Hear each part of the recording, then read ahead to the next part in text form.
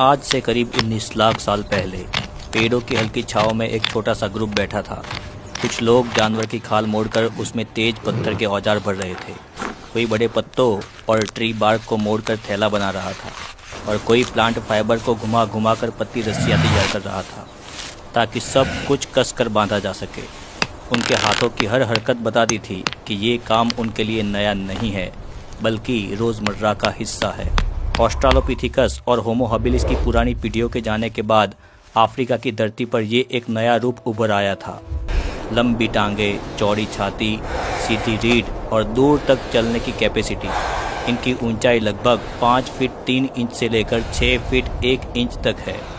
ये उन्हें उनके पूर्वज ऑस्ट्रालोपिथिकस के मुकाबले काफ़ी लंबा बनाती है। उनके चेहरों पर पुराना ढांचा था, भारी भौहें और मजबूत जबड़ा, लेकिन शरीर और दिमाग का मेल साफ दिखता था कि ये प्रजाति आगे बढ़ चुकी है। यही थे होमो इरेक्टस, सीधा खड़े होने वाला इंसान। वो ना तो पूरी तरह से इंसान थे, ना ही बंदर। असली फ़र्क उनके दिमाग में था। उनका दिमाग उनके पूर्वजों के दिमाग के मुकाबले काफ़ी बड़ा हो चुका था। इसी वजह से वो अब सिर्फ पत्थर उठाकर वार करने वाले जीव नहीं थे। वो अब औजार को आकार देते थे, उसे बार बार बनाते, सुधारते और सोचे समझे प्लान के साथ इस्तेमाल करते थे। जब वो वहाँ से उठकर चलने लगे तब हवा में दूर कहीं आवाज़ गूंजी। ये शेर की आवाज़ नहीं थी, ये गहरी भारी आवाज़ किसी विशाल जानवर की थी जो अपने शरीर को हिलाते हुए कराह रहा हो। झुंड ने रुक कर सुना, लेकिन आगे बढ़ना जरूरी था। दूर कहीं कुछ बड़े बड़े जानवर, शायद प्राचीन हाथी, धूल उड़ा रहे थे। उनके पैरों से उठती मिट्टी सुबह की धूप में चमक रही थी। होमो इरेक्टस जानते थे कि इन विशाल जीवों के पास जाना समझदारी नहीं है। वो आज भी छोटे थे और हथियार बस साधारण थे, लेकिन कुछ तो बदल चुका था। उनके हाथों में अब साधारण पत्थर नहीं थे, हैंड एक्स जैसे औजार थे, लंबा पतला, बिल्कुल बादाम शेप में, दोनों तरफ से घिसा हुआ और इतना धारदार कि उससे जानवर की खाल काटी जा सके। ये झुंड 2 घंटे तक चलता रहा। अचानक हवा में हल्की सी धुएं की गंध आई। आसमान में काला धुआं उठ रहा था। कहीं बिजली गिरने या फिर तेज गर्मी से जंगल के अंदर आग लगी थी। उनकी पुरानी पीढ़ी आग से बहुत डरती थी, लेकिन होमो इरेक्टस आग को समझने लगे थे। ये ग्रुप धीरे धीरे उस दिशा में आगे बढ़ा। जंगल में कई पेड़ जल चुके थे और छोटे छोटे जानवर अध जले पड़े थे। इन लोगों ने उन जानवरों को उठाया और उन्हें खाया। उन्हें ये शायद थोड़ा हल्का और टेस्ट में भी अच्छा लगा। एक बूढ़े नर ने एक जली हुई लकड़ी उठाई। उसमें अब भी आग जल रही थी। सब ने उसे घूरा। वो जलती लकड़ी उठाकर चलने लगा, पर जैसे ही हवा कम हुई तो वो लकड़ी की आग बुझ गई। उन्हें समझ नहीं आया कि ये क्या हुआ। ये चीज़ बिना समझे होमो इरेक्टस अपनी सबसे बड़ी खोज की तरफ एक कदम आगे बढ़ चुका था। दोपहर हो गई थी, सब भूखे थे। दूर कहीं छोटे छोटे घोड़े जैसे प्राचीन जानवर चल रहे थे। ये जानवर भागने में बहुत तेज थे और ग्रुप में रहने वाले जानवर थे, लेकिन होमो इरेक्टस अब छोटी दूरी का नहीं, लंबी दूरी का शिकारी बन चुका था। वो घंटों तक दौड़ सकते थे जब तक जानवर थक ना जाए। धीरे धीरे ये ग्रुप घोड़े के पास जाने लगा। एक मादा ने इशारा किया और ग्रुप 3 हिस्सों में बढ़ गया। एक आगे जाकर जानवरों को डराएगा, दूसरा दाईं तरफ से रोकेगा और तीसरा झुंड के पीछे लगेगा। और फिर दौड़ शुरू हुई। होमो इरेक्टस पहले दौड़े, जिसके कारण घोड़े दौड़ने लगे। फिर होमो इरेक्टस धीमे हुए, पर घोड़े बहुत आगे निकल चुके थे। होमो इरेक्टस फिर दौड़े और जानवरों को ऐसे ही भागते भागते थकने दिया। आधे घंटे तक वो उन्हें थकाते रहे। एक घोड़ा आखिर थक कर रुक गया और गिरने लगा। किसी ने उस पर तुरंत हमला नहीं किया, बल्कि बारी बारी से उसे घेरते रहे। घोड़ा थोड़ा थोड़ा भाग रहा था, पर आखिरकार लंबी दौड़ के बाद वो बहुत थक चुका था, जिसके कारण वो गिर पड़ा। जैसे ही घोड़ा गिरा तो उसको दबोच लिया। इतनी आसानी से होमो इरेक्टस ने इस शिकार को कर लिया था, बिना किसी खतरे के, बिना कोई घायल हुए। सब ने अपने हैंड एक्स से उसका मांस काटा, खाल उतारी और पेट भर के खाया। जब वो वापस लौट रहे थे तब हवा में सड़ी हुई गंध आई। एक तेंदुआ पास ही था जो चुपके से उन पर घात लगाए बैठा था। लेकिन इंसानों की ये पीढ़ी बहुत अलग थी। उनकी ऊंचाई ज़्यादा थी, शरीर भारी था। ग्रुप में से एक ने तेंदुए को देख लिया और उसने ऊंची आवाज़ में दहाड़ते हुए तेंदुए को चौंकाया। दूसरे सब लोगों ने हाथ में लंबी लाठियां उठा ली। तेंदुआ गुर्राया, लेकिन हमला नहीं किया। शायद उसे लगा कि ये आसान शिकार नहीं है। फिर तेंदुआ वहां से भाग निकला और ये लोग आगे बढ़ गए। शाम को ये ग्रुप एक पथरीली जगह पर पहुंचा जहां बिजली के कारण आग लगी हुई थी। फिर वही बूढ़ा नर आगे आया और जलती हुई आग के पास गया। उसने कोने में पड़ी हुई एक जलती लकड़ी उठा ली और ग्रुप के पास ले आया। सब ने एक घेरा बनाया और फिर बीच में आग की जलती हुई लकड़ी उसने रख दी। बूढ़े नर ने सबको सूखी पत्तियां और लकड़ियां लाने का इशारा किया। सब लोग लकड़ियां और सूखी पत्तियां लेके आए। जैसे ही उसने आग में सूखी पत्तियां डाली, आग ने लपटें पकड़ ली। हवा की हल्की फूंक लगी और अंगारे फिर से चमक उठे। सब चौंक गए, पर उत्सुकता बढ़ चुकी थी। धीरे धीरे उन्होंने आग में सूखी लकड़ियां डाली और पीछे हट गए। सब आग से बहुत दूर बैठे थे क्योंकि जलने का डर अभी भी था, पर उनके चेहरे पर एक अलग ही चमक थी।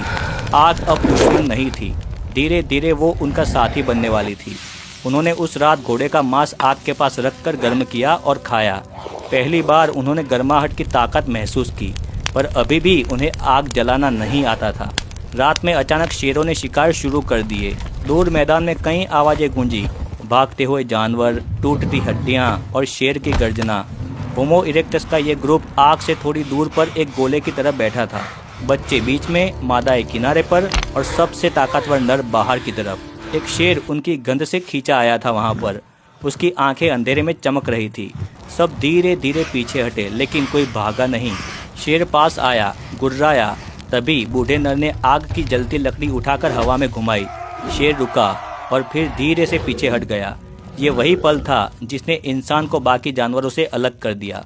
उनके पूर्वज होमो हबिलिस किसी शिकार को सिर्फ पत्थरों से भगा सकते थे, लेकिन होमो इरेक्टस ने पहली बार आग से शिकारी को भगाया था।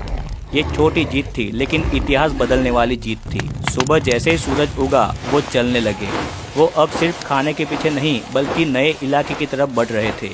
उनके पैर लंबे थे, इसलिए वो दूर दूर तक जा सकते थे। उनकी छाती चौड़ी थी, इसलिए वो लंबे वक्त तक दौड़ सकते थे।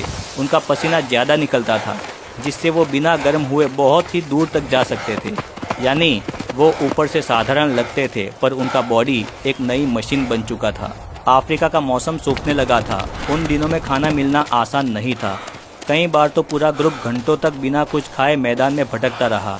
सूरज सिर पर आग की तरह जलता रहा और रास्ते में कहीं भी पेड़ों की छाया नहीं मिली।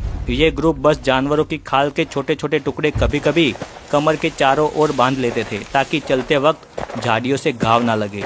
तपती गर्मी में वो एक सूखी नदी के किनारे से गुजर रहे थे कि अचानक हवा में कच्चे मांस की तेज गंध आने लगी। पूरा ग्रुप रुक गया।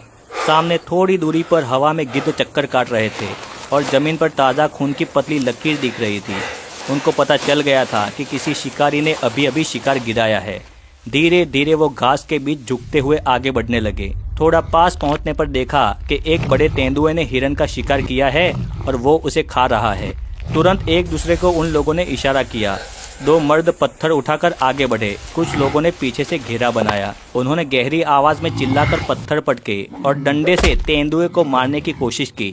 तेंदुआ झिझका, गुर्राया और फिर खतरा देखकर भाग गया। जैसे ही शिकारी भागा, ग्रुप तुरंत एक्टिव हो गया। कुछ ने बड़े बड़े टुकड़े काटे, बाकी ने मांस को पत्तों में लपेटकर थैलों में भर लिया। किसी ने उसकी खाल अलग की, जो आगे चलने में मदद करने वाली थी और झाड़ियों से उन्हें बचाने वाली थी। सब कुछ खाना पीना होने के बाद ये ग्रुप आगे बढ़ा। अफ्रीका में उस वक्त जानवरों के झुंड उत्तर की तरफ बढ़ने लगे थे, क्योंकि मौसम काफ़ी सूखा हो गया था, जिसके कारण अब शिकार मिलने में बहुत ही कमी होने वाली थी। इधर होमो इरेक्टस की पॉपुलेशन भी धीरे धीरे बढ़ रही थी। इसीलिए कुछ ग्रुप शिकार के पीछे पीछे बहुत दूर तक जाने लगे। जहाँ जहाँ जानवर जाते, कुछ ग्रुप उनके पीछे पीछे जाने लगे। धीरे धीरे खाना कम होने लगा तो ग्रुप के अंदर छोटे मोटे झगड़े शुरू हो गए। तभी कुछ ग्रुप ने अच्छे शिकार वाले इलाकों की तरफ बढ़ना शुरू कर दिया। यही वो पहली मानव प्रजाति थी जिसने लगभग 17 से 18 लाख साल पहले अफ्रीका के बाहर कदम रखा और धीरे धीरे नई जगहों पर जाना शुरू कर दिया। होमो इरेक्टस ने लंबी जर्नी शुरू की। पहले उत्तर अफ्रीका की तरफ, फिर अरब के रेगिस्तान की तरफ, ईरान का पठार, भारत के जंगल और आगे एशिया की धरती तक। ये वही पहली जाति थी जिसने अफ्रीका छोड़कर धरती पर सबसे पहले कदम फैलाए और इंसान को यहाँ तक पहुँचाया। एक रात ग्रुप औजार बनाने के लिए पत्थर घिस रहा था। तभी उनका ध्यान गया कि दो पत्थर आपस में टकराने पर आग जैसी चिंगारी निकलती है, पर उसे कैसे जलाना है वो अभी तक इनको पता नहीं था। ये लोग बस कहीं पर आग लगे तो उसमें से लकड़ी उठा लेते थे और दूसरी लकड़ियाँ और घास डालकर उसे कई दिन तक जलाए रखते थे। लेकिन आग बनाने की समझ अभी दूर थी, लेकिन वो इसके करीब पहुंच रहे थे। समय बीतता गया, होमो इरेक्टस नए नए इलाकों में फैलने लगे। जंगल, पहाड़, नदियाँ, रेगिस्तान, हर मौसम से लड़ते हुए वो लोग आगे बढ़ते रहे। उनके बच्चे और चालाक होते गए, उनके हाथों की स्किल बढ़ी, उनके दिमाग का आकार बढ़ा, उनकी टीम वर्क और स्ट्रेटजी और मजबूत हुई। वो अब पेड़ों पर नहीं चढ़ते थे, जमीन पर रहते थे, आग को संभाल कर रखते थे, शिकार को ट्रैक करते थे और लंबी यात्राएं करते थे। ये वही इंसान थे जो धीरे धीरे धरती की असली ताकत बन रहे थे और लाखों साल बीतते रहे। इन्हीं होमो इरेक्टस की औलादे आगे चलकर होमो हाइडेलबर्गेंसिस और होमो सेपियंस बनने वाली थी। वो इंसान जो आग बनाएगा, भाषा बोलेगा और दुनिया बदल देगा, जिसे हम अगले पार्ट में देखेंगे।